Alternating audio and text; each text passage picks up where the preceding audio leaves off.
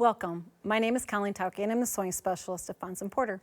In this tutorial, I'm going to show you how to use the template Whirling Pinwheel set.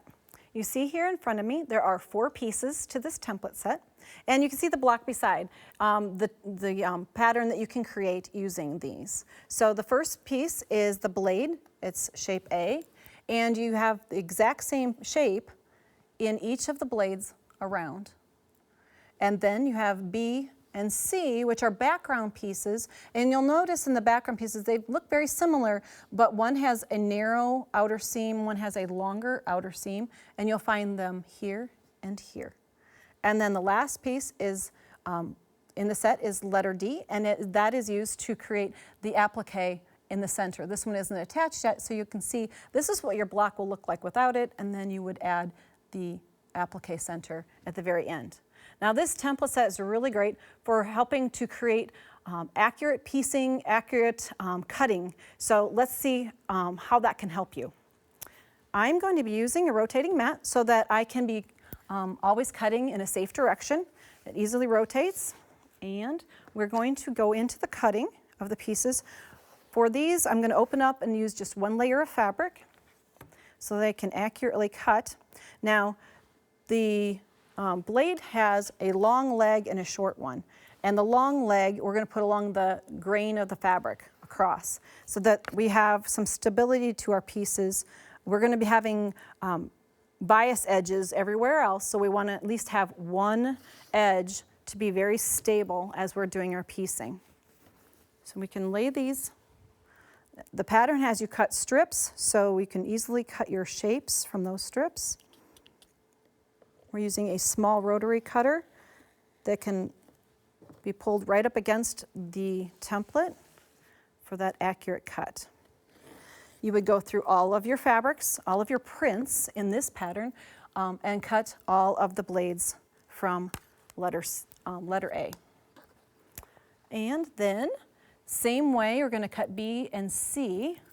We'll put one in here and show you that inside curve. This is really important where that small rotary cutting blade, again, the other thing is to remember that long leg of the background fabric we're going to put along the grain line again. We want that stability, something to be on straight of grain because we're going to be cutting a lot of biased edges otherwise.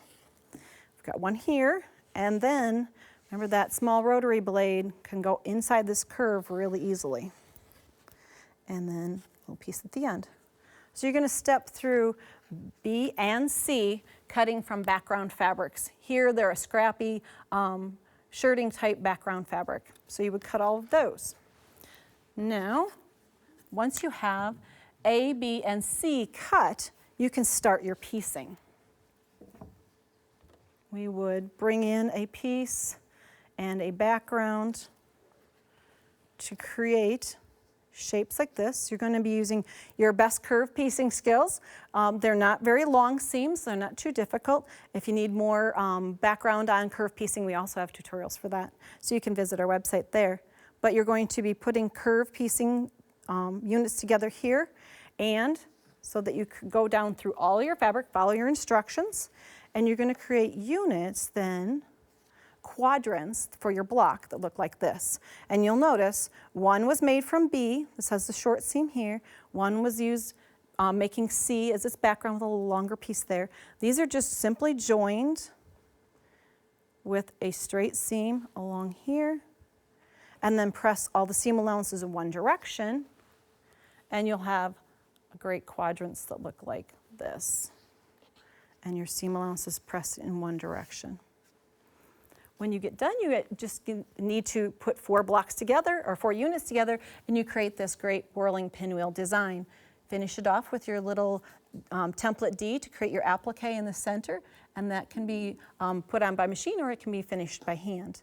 And then another option we have underneath is to make it a little more modern, bring in some bright fabrics, and create your own version of whirling pinwheel. For our pattern or for our templates, visit our website. Thanks for joining me today.